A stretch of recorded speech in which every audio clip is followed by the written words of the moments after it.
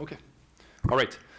Okay, so thanks everyone for attending this talk. As you could see on the slide here, today we're going to talk about embedded Linux, about boating, marine industry, as well as sensors. And so we'll take the opportunity of this presentation to follow the data as it flows from the boat itself up to the cloud. My name is Vincent Rubiolo. I'll be your speaker for today. A few words about me. I'm one of the architects at IoT.bzh. I've been dealing with cloud as well as embedded Linux.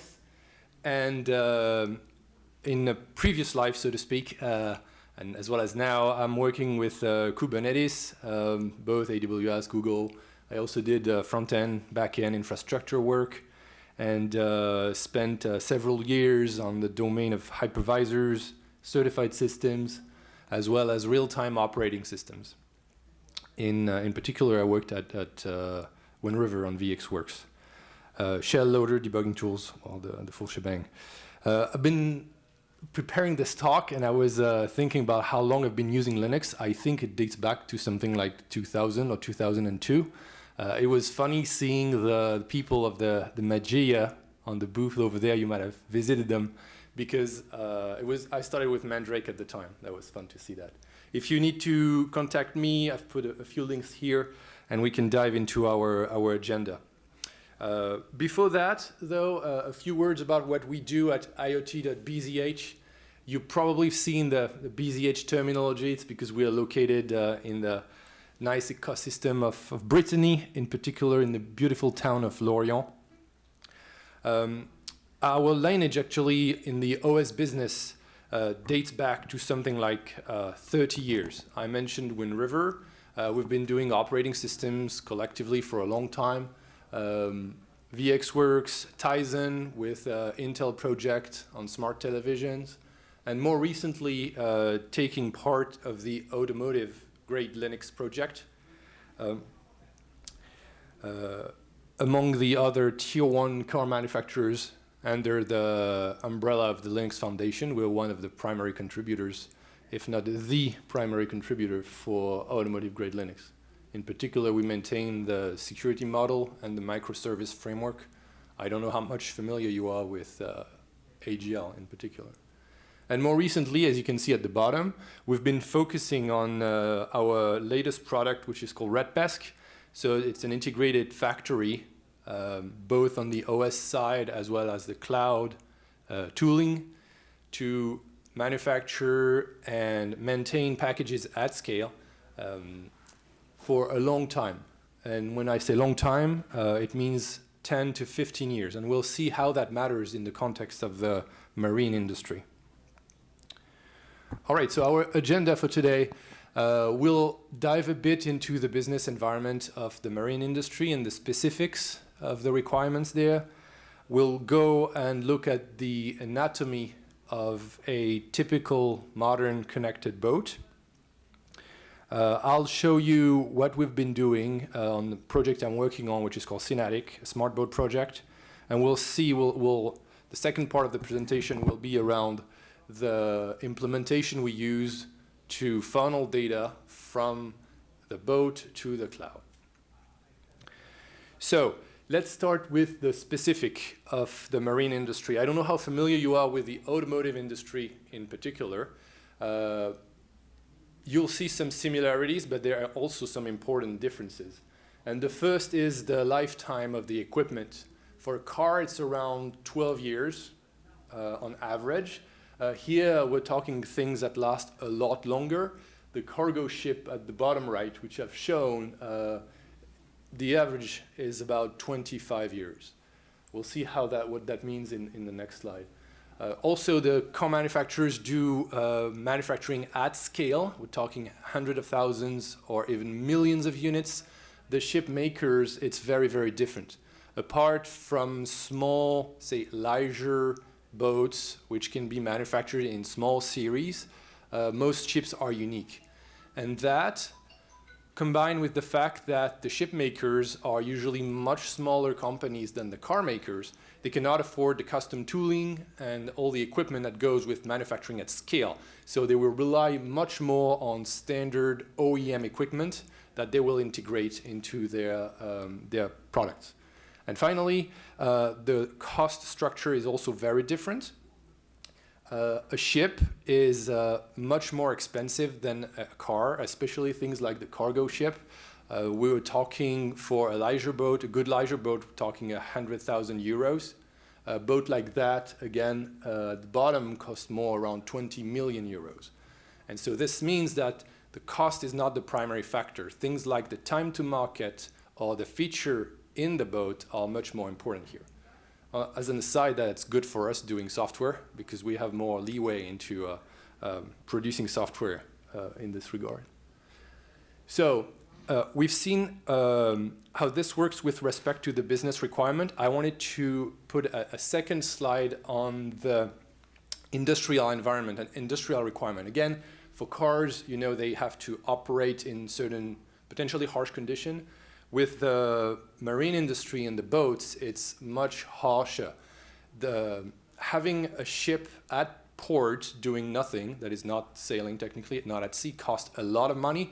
So ship operators will try to have the ship sailing at sea as much as possible and trying to operate it 24/7. If you know the specifics of the aeronautics industry, it's the same thing. When the planes are not flying, they're costing money. So that means that operation-wise, 24/7 is almost the norm. They operate in very unfriendly hardware environment, seawater, cold hold temperatures, shocks, vibration, and that combined with the lifespan that they have, they gear more towards something that is a civil infrastructure platform. We're talking things like bridges, planes, dams, than actual technological object here. And two more important points. I mentioned the need for reliability and the fact that they operate something like 24/7. That means that the equipments are redundant. You've seen the two pictures I've included here, the engine room on a cargo ship and the alternators. Like the engines are redundant, doubled, the alternators are redundant, etc., etc. So you can perform maintenance on one, and while the other still operates, or you can have redundancy capacity otherwise. And finally, one important point is that it's the same thing for the car makers. Ship makers are extremely good at doing mechanical engineering. That's that they do that very, very efficiently, but software is not their primary expertise. And that's also something that we need to highlight here. All right, we've seen the business part of it. Now we dive into more the technical aspect. What is a modern connected boat? For those of you who worked in the industrial equipment or industrial environment, that will probably ring a bell. Many different topologies, buses that are used to connect the equipment. We're talking different protocols like Modbus or CAN for industrial equipment, combined with NEMEA 2000 for marine style equipment like wind vane, anemometers, things like that. On the connectivity side, modern boats are most always connected to the internet, but they do so through a link that is often unreliable and for which the bandwidth is changing. I've put 3 examples of the connectivity that is used at port. That would be Wi-Fi, 4G, up to something like 30 miles from the shore, and satellite, which provides an always-on link, although the bandwidth changes depending on where you are, and it's also very costly. So this means that any connectivity solution that is deployed on such boats need to take that into account and potentially prioritize or handle traffic depending on its importance or priority. And finally, I won't dive into too many details because I have only 20 minutes. The cybersecurity aspect is very important. I've put the copies of 2 front pages of 2 guides. One is from the IMO, the International Maritime Organization, about the security of vessels and ships. And the other is from the UK Cybersecurity Commission on the infrastructure and the ports cybersecurity. I've included the links at the end if you want more information here. Now that we've talked about connectivity, I wanted to detail what we're doing for the project, which is called Synatic. That's the first step towards an autonomous vessel. You know about autonomous self-driving cars. There's a similar effort for boats. That project, what we do is we instrument the equipment, we take the data, and we feed that into AI models that are then used for predictive maintenance.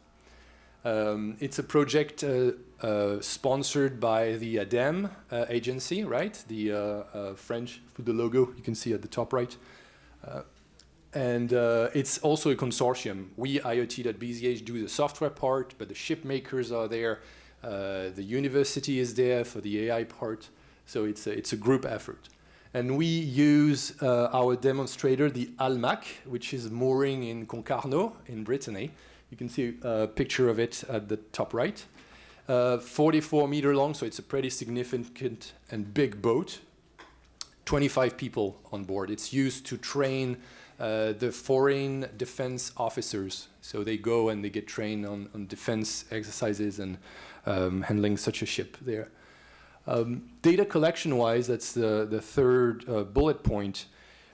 What we do here is we instrument the main engine, the diesel generator, so they are connected through J1708. It's actually a much, much older protocol. You remember what I said about the industrial part.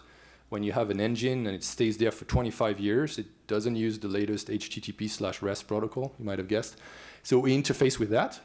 NMEA 2000, as I said, it's a marine vessel. And we also have simulated models to inject faults, spurious data, whatever we want to do, that the hardware cannot. That goes to a pretty standard Siemens PLC, which is also used in the industry. And that gets us the data from these multiple sources out through Modbus, the protocol Modbus. And that's where we connect with our gateway over there. The cloud connectivity, I hinted a bit at that. It has tagged priorities and data queues so we can handle the changing bandwidth. And I'll get to that in a bit with the rest of the presentation. So that's it for the Synatic project. And on that project, we have designed, so this is a diagram. Hopefully it's readable. I think so, yeah. So that's the data path that we followed to funnel the data from the sensors to the cloud. So I'm going to dive a bit on the diagram here. Three main parts, basically. On the left, you have the boat. On the right, you have the shore. And in the middle, you can see that green round shape is a microservice that we use and we design to sync the data between the two sides. So how that works is you can see at the far right, sorry, I don't have a microphone here I can move with. You can see the boat over there. We pull the data out of the boat and we stage it into a local Redis data store. So we do that through our microservice framework. And that data, once it's in the Redis data store, again, it has the tags allowing us to identify it. We have a microservice that we use, and it syncs the data selectively based on the priorities and the bandwidth available to a remote data store, the one on the right, that sits on the shore, I mean in the cloud, but on the shore. And technically speaking, I won't dive into too many details. We can discuss that a bit later. But it's akin to some kind of a mount, except that it's HTTP. The microservice framework allows to be location unaware. The service don't know where they're running. Like the microservice on the boat actually thinks it's talking to another local data store, whereas it actually flows through the cloud. And on the right, once we have arrived on the Redis data store on the right, we can then jump into any IoT hub. I've put the usual suspects above there. That or the alternative is an on-prem infrastructure, which is yours. So you have we can choose here. We chose the second part, deploying our own infrastructure there. Right now, implementation-wise, this is done through an LXD container. That allows us to easily deploy it either on the cloud or locally on a machine. And we can easily extend that to run on a casual orchestrator like Kubernetes. We have an engine that can generate containers of different format. You might have used it actually, a Packer from HashiCorp, which is a very good tool. So that allows us to have the data flowing from one end to the other, and we do that securely. And I'll get to that in a second about the security aspect to it. So one important thing, I've put another diagram, which was not present in the first one, is that security-wise, there are two aspects to security. One is static, that user is allowed to access that data, and that is built into the system and does not change. And the other is actually a dynamic, context-dependent thing. And another block which we wrote, we call it the OpenID Connect secure gateway. We can model a pretty complex scenario, like think about a ship mechanic that actually goes to the engine room, tags in front of an NFC badge reader, and after entering the main engine room, might be logging in onto a computer there to perform maintenance-related task. That access needs to be enabled for only 2 hours, say visit of the mechanic, revoked after that, and dependent on both a static tag and a dynamic authentication. And we can model that. We can basically, that block allows us to map between a remote social identity, like the one I've put logos over there, the one you have in GitHub or Facebook, whatever. But what matters here is that it abides by the OpenID Connect standard. So an enterprise would actually implement their own, but that's the idea. And so users would have permission associated with that, and they would be bridged and mapped to the static permission I talked about earlier, which are baked into the system. And that way we can model complex scenarios like that. So it acts a little bit like a security firewall, except that it takes into account these more complex and dynamic scenarios here. There is a more complex matching level with respect to the level of assurance, depending on the various criticality and severity importance of the data. That component allows us to do this kind of mapping here. Let me see. Yes. And one important thing you've seen on the left, I've put a logo, the Zephyr logo, Artos part. We're able to do that kind of mapping on both Linux-based system as well as a real-time operating system, in this case Zephyr. The microservice framework I talked about actually runs on both environments. And that allows us to bridge into a more safety or certified environment in this case. That's something that is of interest. All right, that was a lot of things here.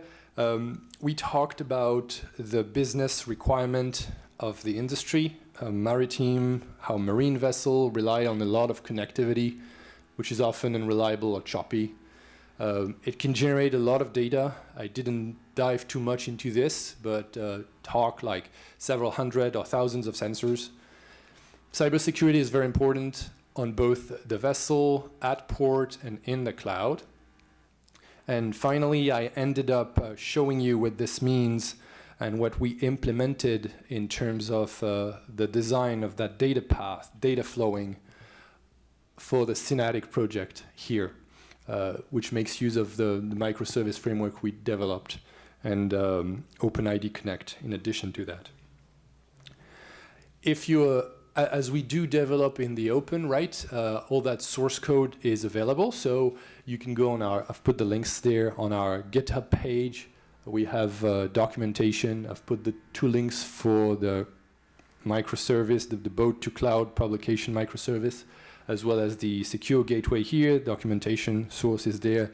I mentioned also our embedded Linux distribution. If you want to give it a try, we have pre-built images on targets like be they industrial or more maker-oriented like Raspberry Pi. And finally, we have a community on Element and Riot, Redpask Core, Redpask Marine, if you're interested in helping or in discussing. I've put a few more links here for Redpask and IoT-BZH. I touch base very briefly on the microservice framework because it's a lot of information. There is a very good presentation by José, one of our architects, that he gave on that framework, what it allows in terms of security and location awareness. You will find it over there.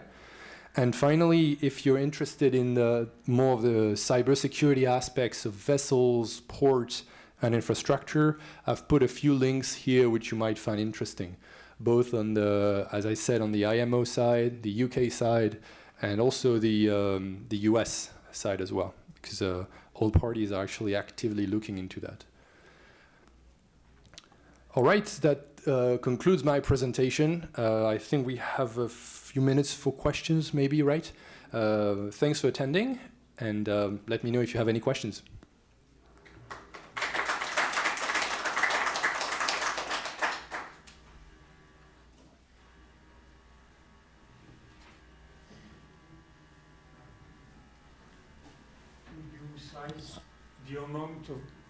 Would you size the amount of data transferred to the cloud? I mean, number of sensors, acquisition rates, and tell us if everything is sent outside of a boat, or do you keep more information inside? Yeah, that's a very good question. So you're asking about the volumetry and whether we keep the data or sync everything. Yes. So the answer is we sync.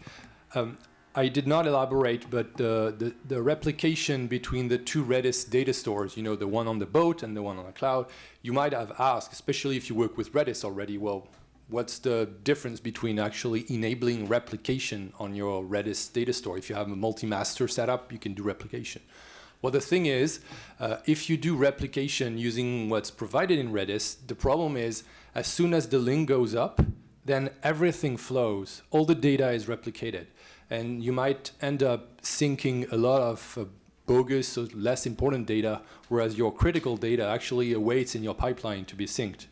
So what we do here is, I mentioned the tagging of the data, and our agent actually reads into the database, the microservice, and then selectively reads what's important, transfers it to the cloud, and then in the end, well, when we have more connectivity, like say at port, 4G, or when we're over Wi-Fi, we can sync the full amount of data. But right now in the current implementation, it's a sync, so it doesn't, it's not removed in the end.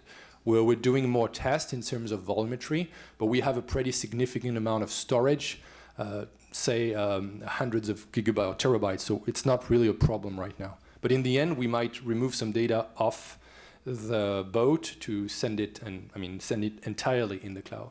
And the other thing which I didn't mention is the AI part. Once that data is in the cloud, then it goes into machine learning models, so we can infer things from what happens on multiple boats, like on a fleet. Yeah.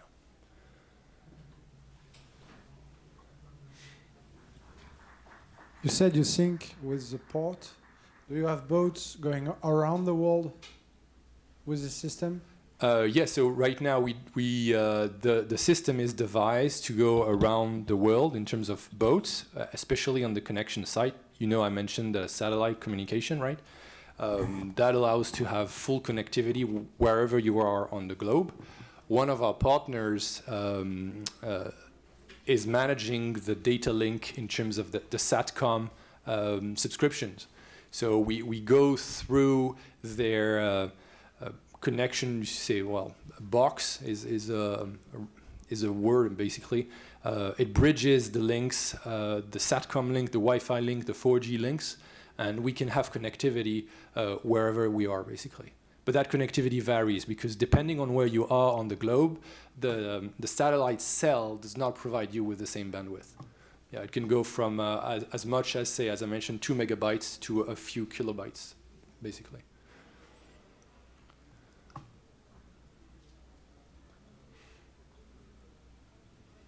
All right. Okay, well, thank you, everyone.